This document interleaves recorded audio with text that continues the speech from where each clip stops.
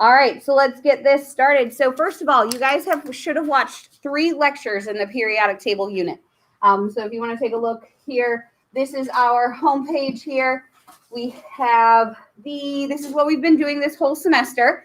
So the first week we didn't have any class on Monday. So on Tuesday, we did a semester exam review, but then Wednesday you had your periodic table notes. That is where you filled in your blank periodic table with what are the alkali metals, alkaline earth, transition, like the main parts, what are groups, what are periods, things like that. Okay, so hopefully you saw that lecture at some point in time. Yes. Okay, if you haven't, we're going to make sure that we go back and take a look at that. Okay, then we kind of did the rest of the week and had a quiz. Then on the 11th, you had a lecture where you also filled in your blank periodic table. And this is where you talked about the 4 different trends. The 4 different trends that we talked about were number 1, size. All elements get bigger going down the periodic table because they add more electrons. All elements get smaller going across the periodic table as long as you're in the same period. Okay, they all get smaller because the nucleus pulls harder on those electrons. Okay, so size is the first one. The second one was talking about whether they become positive or negative. Metals tend to become positive. This might be on your lecture questions today. Metals tend to become positive. Non-metals tend to become negative. Okay, that was trend number 2. Trend number 3 talked about valence electrons. That's electrons in the highest energy level. So the one with the big number in the front, that's the highest. Okay, and with those, we learned that everything in the group number has that many valence electrons. So everything in group 1 has 1 valence electron. Everything in 2 has 2 valence electron. 3, 4, 5, 6, 7, and 8 valence electrons because we skipped the transition metals for that portion. The only exception to this rule is helium. He only ever has 2 valence electrons at any given time. Okay. And then the last trend we talked about was reactivity. We said that the most reactive metals that we have are the alkali metals. They are more reactive than anything else. We have reactive alkaline earth metals. These transition from metals to nonmetals. These guys down here are rarely found on Earth. Your most reactive nonmetals are your halogens, and then your noble gases are what are called inert. You can expect that word to be used on your test on Friday. Okay? So if you feel good, you're like, yes, I did see that. I did see those notes. Then you did the second set of notes, and you're feeling good as well. Then also last week we had the electron configuration notes where you had to read the electron configuration of the periodic table, and that got a little bit challenging. Hopefully on your regular periodic table, because on your test on Friday, you will be using your periodic table. You wrote this information in. We have the S block, the P block, the D block. After 4S drops to 3D, 4P after 5S, and then if you want to write your P's on here as well, you can. Okay, so that was the electron configuration lecture. So if you've watched all 3 of those, that means you're ready for today. And we're going to do some review this week. And you're taking your test. The whole Unit 5 test is on Friday. Okay, and I'll tell you exactly what that test looks like tomorrow. We're going to tweak it a little bit more after school. We have something in there. I feel like I might cut a little bit back. It's a little long. But so you'll have that. Those of you that are remote, tomorrow you guys will also call in live. We're going to talk about the test and do the review sheet.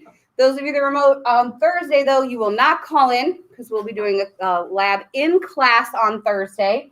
And I don't think I'm going to do electron battleships. Remember how you guys never got to do the flame test, like ever, because they kept shutting down school? So we're going to do the flame test tomorrow with cohort B since you guys are here. And then Friday, we have our test over everything from this semester so far. Okay, these last 3 weeks. Perfect. So that's kind of what I was going to go over. The Unit 5 test is on Friday.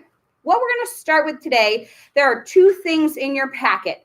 Hopefully you got through. Last Wednesday, I didn't give you enough time to finish logical reasoning puzzle number 2, so you can do that one if you want. I think it's a great way to review. But so today we're going to start with logical reasoning puzzle number 3. It looks a little bit like this. So if you could find this bad boy in your notes. You probably would, if it was me, I'd have out my blank periodic table. I'd have out my notes. You can use all of that to review. This is just going to be your first step in reviewing for your test on Friday. The other thing before I forget, by the end of the period, we always do lecture questions. I just wanted to let you know the lecture questions we have today, there are 3 of them. They are the most commonly missed things last Friday. So if you missed something last Friday, I popped it onto the lecture questions for today, so we hopefully can go over them and identify your misconceptions before you take your test again on Friday. So remember, every day, every Monday, Tuesday, we have lecture questions. So today, they're either on the side or you're going to go on into Tuesday. And so your logical reasoning lecture questions here. And here is the key to the logical reasoning puzzle that we are going to do. Okay, awesome. The other thing, after you finish that logical reasoning puzzle, there is also a crossword if you would like to continue to practice. Okay, so those are my 2 things today.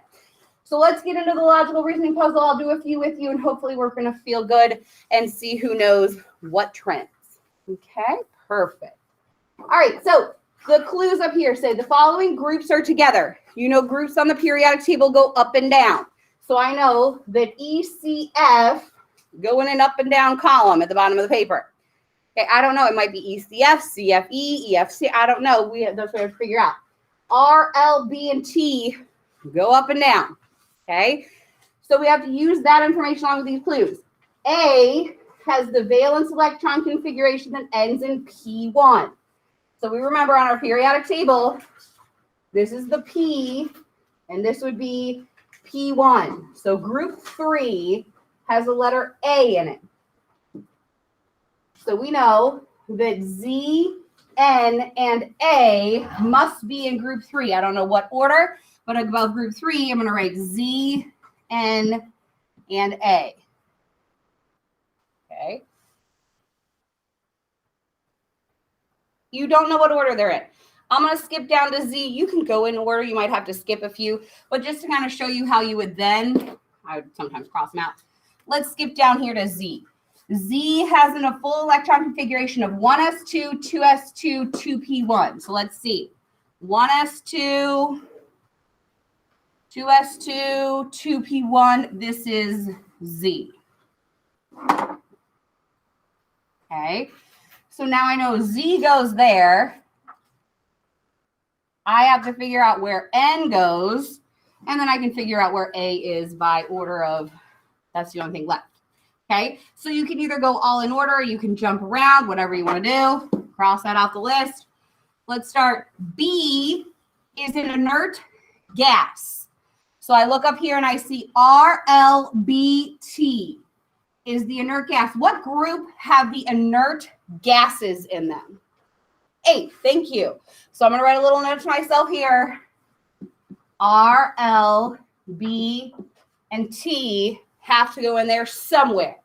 And then again, you can go along if you want. L has only 1 energy level filled. We know that for 1, if you want to number, you can. 2, 3, 4. This is the first energy level. So this bad boy must be L.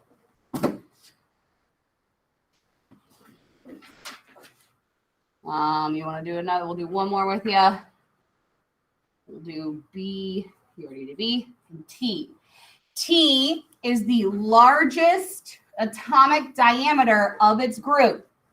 When we go down the periodic table, do we get larger or smaller? When we go down the periodic table, we get larger. So that means, was that T flew here? It means T is at the bottom. So now you know where L is. You know where T is. So you're just going to go through. You're going to use your trends, and you're going to figure out which is what and what is where. And I will give you the answers to this in, let's say, about 20 minutes. Okay? I'm going to come around and check in with each one of you. If you did not watch a lecture, okay, you probably want to go back and do that. You want to make sure. I'm not so concerned with making sure that you do this worksheet. I'm concerned with you knowing the information to pass the test on Friday. Okay? But this worksheet will help me know if you have that information. So I'm going to put the music on quietly. I am going to check in with you guys at home as well to get your points for being here today. But everybody should be working on, okay, this, and you're, again, doing your trends. And if you want out your blank periodic table, please have out your blank periodic table. This is your time to practice, okay? All right, putting the jams on quietly. Coming around. See how we're doing.